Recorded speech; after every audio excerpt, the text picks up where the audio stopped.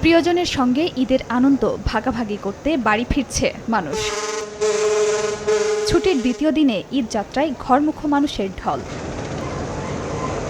মানুষের চাপে ভিড় বাড়তে শুরু করেছে নৌপথে। বুধবার সকালে রাজধানী ঢাকা থেকে অতিরিক্ত যাত্রী বোঝাই করে একের পর এক লঞ্চ ভেড়ে ভোলার লঞ্চ ঘাটে। সরকারি যে ব্যবস্থাপনা ছিল তাতে আমাদের সন্তুষ্টি, আমরা ভাড়া বেশি ছিল না। পরিবার পরিজন নিয়ে আমরা একটু ভোগান্তি হলেও ভালোই লাগছে।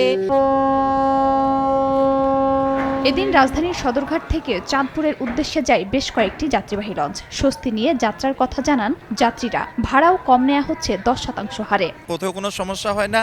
হালকা যদিও সিএনজি স্টেশন ওখানে একটু জ্যাম ছিল, কিন্তু পরক্ষণে আবার সার্বিক সহযোগিতার কারণে অতি তাড়াতাড়ি আমরা আসতে পারছি।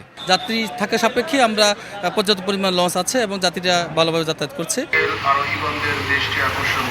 এদিকে সড়ক পথেও স্বস্তি। পদ্মা সেতু অতিক্রম করে স্বাচ্ছন্দ্যে বাড়ি ফিরছেন লাখো মানুষ। মুহূর্তেই উত্তাল পদ্মা নদী পার হচ্ছেন সড়ক ও রেলপথে। দুটি লেনে চলন্ত অবস্থায় টোল দেয়া যাচ্ছে। ঈদযাত্রা নির্বিঘ্ন করতে মনিটরিং জোরদার করা হয়েছে। পদ্মা সেতুর কারণে তো আমরা অনেক আগে যেতে পারতেছি। প্রথমবারই যাচ্ছি, বের পরে খুবই ভালো লাগছে। পিকআপে যাত্রীর সংখ্যা খুবই কম, আমরা দেখা মাত্র এদিকে আটকাই ফেলতেছি।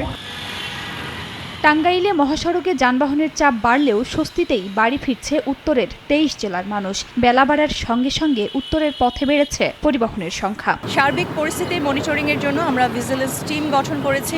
পর্যাপ্ত সংখ্যক এক্সিকিউটিভ ম্যাজিস্ট্রেট মোতায়েন রয়েছে। তবে গত কয়েকদিনের তুলনায় ভোর থেকে যমুনা সেতুর পশ্চিম সংযোগ মহাসড়কে যানবাহনের চাপ ছিল চোখে পড়ার মতো। বাস ছাড়াও অনেকেই খোলা ট্রাক ও ব্যক্তিগত পরিবহনে বাড়ি ফিরছে। রাস্তা ফুল ক্লিয়ার, হালকা চান্দুরা জাম আছে, পুরো রাস্তায় ক্লিয়ার। ভালোভাবে আসছি। এর আগে অনেক জ্যাম ছিল, কিন্তু এইবার আসলাম সুন্দরভাবে, কোনো জ্যাম নেই। পাটুরিয়া, দৌলতদিয়া ও আরিচা কাজিরহাট নৌ রুটে যাত্রী ও যানবাহনের সংখ্যা সকালের তুলনায় কয়েক গুণ বৃদ্ধি পেয়েছে। লঞ্চ ও ফেরি কানায় কানায় পূর্ণ হয়ে পাটুরিয়া থেকে দৌলতদিয়ার উদ্দেশ্যে যাচ্ছে। খাদিজা স্বপ্না, সময় সংবাদ।